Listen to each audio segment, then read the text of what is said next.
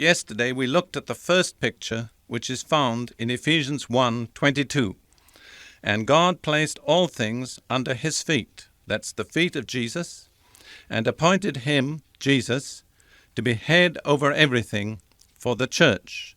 I pointed out that the original Greek word there translated church is ecclesia, and that it's important to understand the root meaning of that word. By derivation, it means a company of people called out from a larger group. Today we're going to look at the second picture, which is found in the verse immediately following.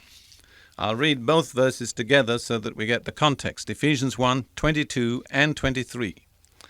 And God placed all things under his feet, and appointed him, Jesus, to be the head over everything for the church, which is his body, the fullness of him who fills everything in every way. So there's the second picture, the second title, his body, the body of Christ. That's how we are collectively in this world. First, we're the assembly. Second, we're the body of Christ.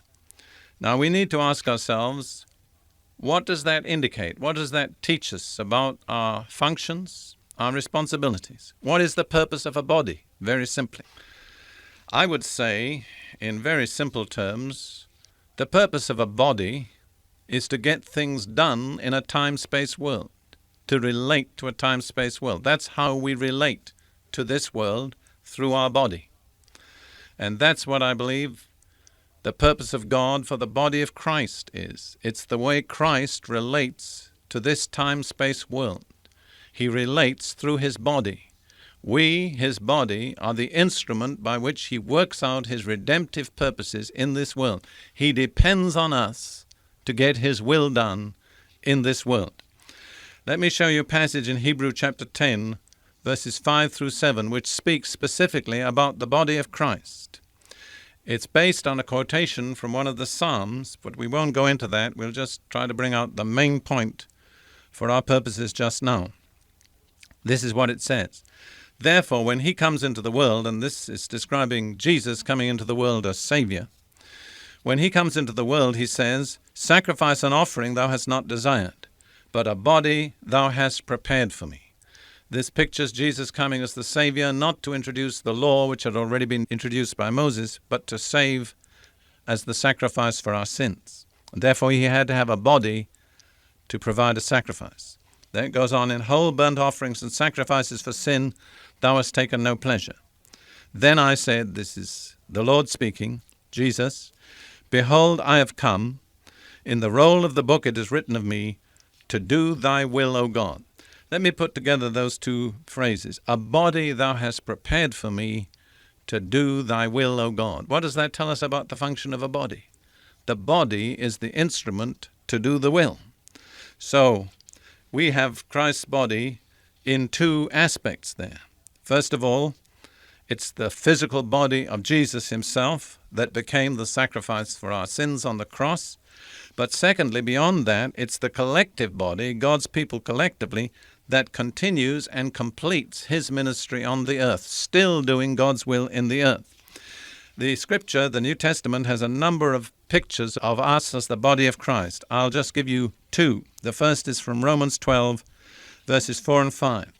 Just as each one of us has one body with many members, and these members do not all have the same function, so in Christ we who are many form one body, and each member belongs to all the others. That's the essence.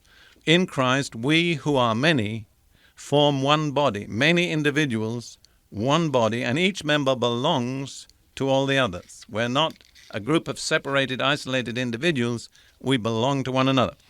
In 1 Corinthians chapter 12, verses 12 through 21, Paul amplifies this picture and makes it very vivid. I'm going to read that whole passage. Remember, it's speaking about the body of Christ.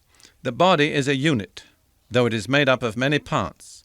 And though all its parts are many, they form one body. So it is with Christ. For we were all baptized by one Spirit into one body, whether Jews or Greeks, slave or free. And we were all given the one Spirit to drink. What's the word that's emphasized there? It's the word one, isn't it? They form one body. We were all baptized by one Spirit into one body. We were all given the one Spirit to drink. The emphasis throughout is the unity of the body. Then Paul goes on, now the body is not made up of one part, but of many.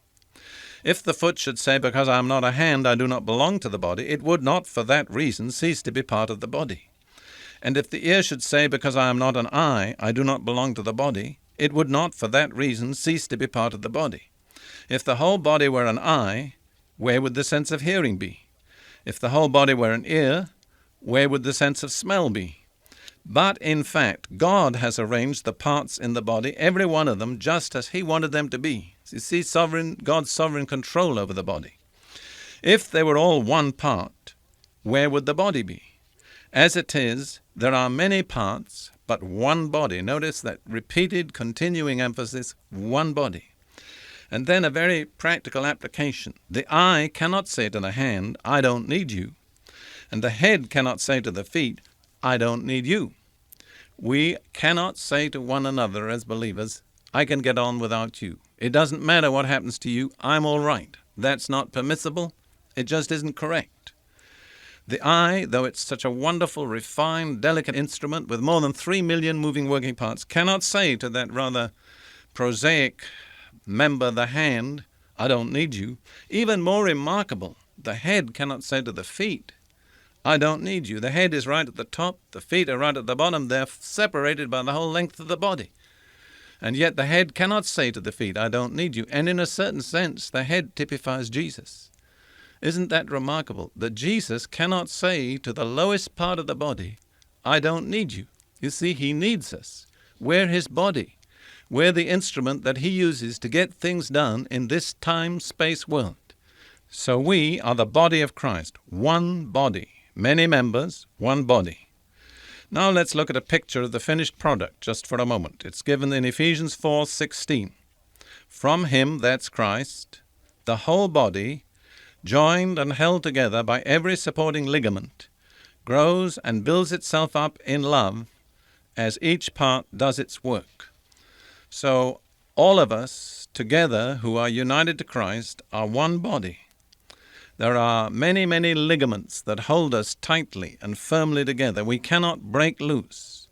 And as we're held together in this single unity, this organic unity, the body builds itself up.